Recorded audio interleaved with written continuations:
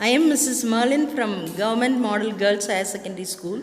Now I am going to tell about GST, Goods Service Tax.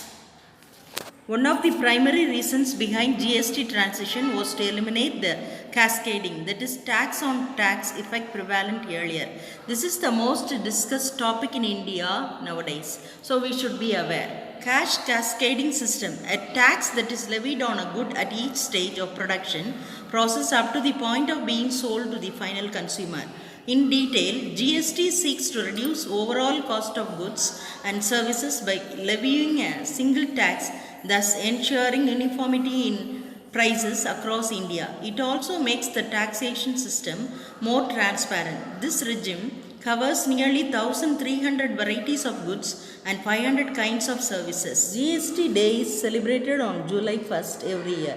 Benefits of GST. GST benefits in India will assist the government as well as the consumers in the long run in creating a win-to-win situation for both. Some of the advantages are mitigation of cascading effect, that is act of reducing harmful situation.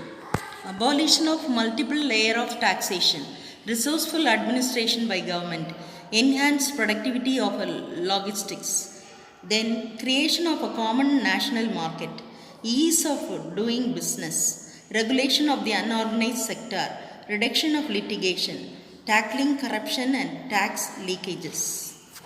Disadvantages: IT infrastructure, higher tax burden of SMEs, petroleum products don't fall under the GST slab, inadequate coaching of tax officers. Then the following list shows a few of the items that invite a 5% GST.